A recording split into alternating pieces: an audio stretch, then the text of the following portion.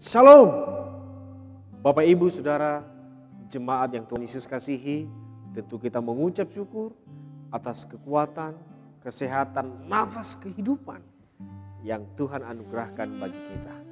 Bahwa sebelum kita melakukan tugas tanggung jawab kita di sepanjang hari ini, saya mengajak kita untuk merenungkan kebenaran firman Tuhan dan kita jadikan sebagai pedoman di dalam kita melakukan tugas-tugas kita sehingga nama Tuhan dimuliakan. Sebelumnya kita berdoa. Bapa di sorga, terima kasih atas anugerah-Mu bahwa hari baru Tuhan telah berikan untuk kami jalani, untuk kami lalui. Namun kami memohon Tuhan berkati kami agar kami dapat melalui hari ini dengan semangat dan sukacita kekuatan yang daripada-Mu melalui firman Tuhan yang akan kami dengar dan renungkan pada saat ini. Berfirmanlah Tuhan, kami siap untuk mendengarnya. Amin.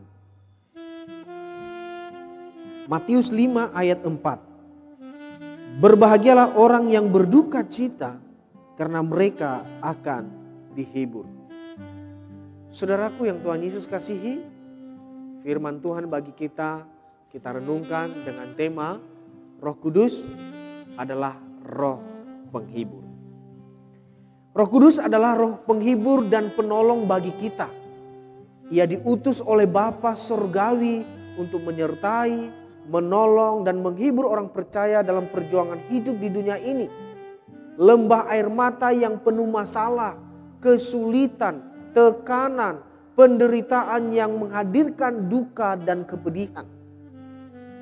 Nabi Musa mengakui bahkan bahwa kebanggaan hidup manusia adalah kesukaran dan penderitaan. Itulah kenyataan hidup. Bahkan sekelas Musa pun sungguh mengakuinya, saudaraku. Ini semua adalah ulah atau pekerjaan atau siasat iblis. Si pencuri yang datang. Kalau kita membandingkan di Yohanes 10 ayat 10a, dikatakan bahwa si pencuri datang hanya untuk mencuri dan membunuh dan membinasakan. Itulah ulahnya si iblis. Ulahnya si pencuri. Yohanes pun menambahkan kita tahu bahwa kita berasal dari Allah dan seluruh dunia berada di bawah kuasa si jahat. Wow, luar biasa saudaraku. Oleh karenanya di tengah itu, Rasul Paulus adalah contoh orang yang bahkan mengalami dan merasakan ganasnya kehidupan ini. Apa yang dikatakan Musa, Yohanes, dan bahkan Rasul Paulus pun sungguh telah mengalaminya, saudara.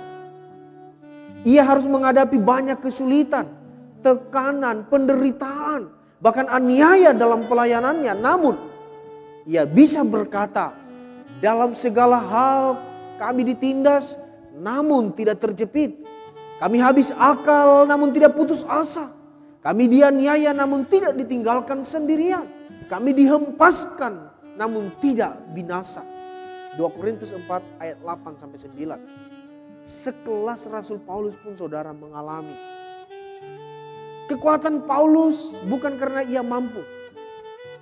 Ini yang menjadi konsentrasi perhatian kita, saudara. Untuk menghadapi ganasnya dunia ini. Ganasnya iblis untuk menghancurkan kehidupan kita. Namun kita harus yakin bahwa ada kekuatan, ada penghibur bagi setiap kita. Kekuatan Paulus bukan karena ia mampu. Tapi karena Roh Kudus yang selalu menghibur dan menguatkan dia. Oleh karena itu saudara jangan pernah putus asa, kecewa, apalagi sampai undur dari Tuhan hanya karena masalah yang sedang menimpa. Mari datanglah kepada Yesus dan serahkan semua beban permasalahan itu kepadanya. Kita semua, bukan hanya Bapak Ibu Saudara, saya bahkan selaku pendeta pun tidak pernah luput dari persoalan masalah pergumulan. Namun mari kita datang kepada Tuhan karena Dia menjamin untuk memberikan kelegaan bagi kita keringanan bagi kita. Firman-Nya mengatakan bahwa marilah kepadaku semua yang letih, lesu dan berbeban berat. Aku akan memberi kelegaan kepadamu. Matius 11 ayat 28. Percayalah bahwa setiap masalah dan pencobaan yang kita alami adalah pencobaan-pencobaan biasa yang tidak melebihi kekuatan kita. Tuhan tahu secara persis sebatas mana kekuatan kita.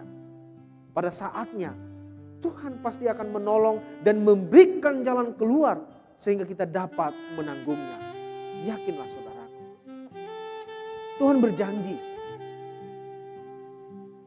sampai masa tuamu aku tetap dia, dan sampai masa putih rambutmu aku menggendong kamu. Aku telah melakukannya dan mau menanggung kamu terus. Aku mau memikul kamu dan menyelamatkan kamu. Luar biasa saudara. Mari kita imani, yakini betul akan firman Tuhan ini. Bahwa Tuhan Allah kita tetap dia, tidak pernah berbeda. Kasih setianya tidak pernah berbeda. Bahkan selalu baru setiap pagi, setiap hari bagi setiap kita. Hanya apakah saya dan saudara mau datang kepada Tuhan dan mau meyakini akan firman-Nya. Selama saya dan saudara yakin dan berserah kepada Dia, maka Dia akan selalu menuntun kita. Dia akan selalu menyertai, bahkan bukan hanya menuntun, menyertai. Dia bahkan mau memikul kita dan mau menanggung dan mau menggendong kita. Luar biasa Tuhan. Luar biasa saudara. Bukankah itu sangat luar biasa saudara? Oleh karena itu mari kita tetap yakin akan kuasa-Nya yang akan senantiasa dicurahkan bagi kita untuk kita menghadapi semua pergumulan, persoalan yang kita hadapi. Tidak ada yang mustahil bagi Tuhan. Siapakah yang akan memisahkan kita dari kasih Kristus? Penindasan atau kesesakan atau penganiayaan, atau kelaparan atau ketelanjangan atau bahaya atau pedang? Tidak. Kalau kita tetap di dalam Yesus, semua itu tidak akan kita alami. Mungkin kita mengalaminya, tetapi kekuatan Tuhan akan turun atas kita. Tuhan memberkati firman-Nya, Tuhan memberkati kita semua. Kita berdoa. Terima kasih Tuhan untuk firman-Mu yang boleh kami renungkan di pagi hari ini. Dan kami memohon tolong kami ya Tuhan, untuk kami meyakini akan firman-Mu. Dan bahwa Engkau akan menyertai kami, membimbing kami, memberikan kekuatan kepada kami dalam setiap persoalan pergumulan yang kami hadapi. Kami yakin bahwa Tuhan akan membukakan jalan keluar bagi setiap persoalan dan pergumulan yang kami hadapi. Ajar kami Bapa agar tetap berserah hanya kepada-Mu saja. Terima kasih, berkatilah seluruh tugas pekerjaan kami di sepanjang hari ini. Semuanya hanya kami serahkan ke dalam tangan-Mu ya Bapa. Pinta kami, berkati, buatlah berhasil segala apa yang dikerjakan tangan kami, dan biarlah dapat memuliakan akan nama-Mu. Dalam nama Tuhan Yesus kami berdoa dan mengucap syukur. Amin.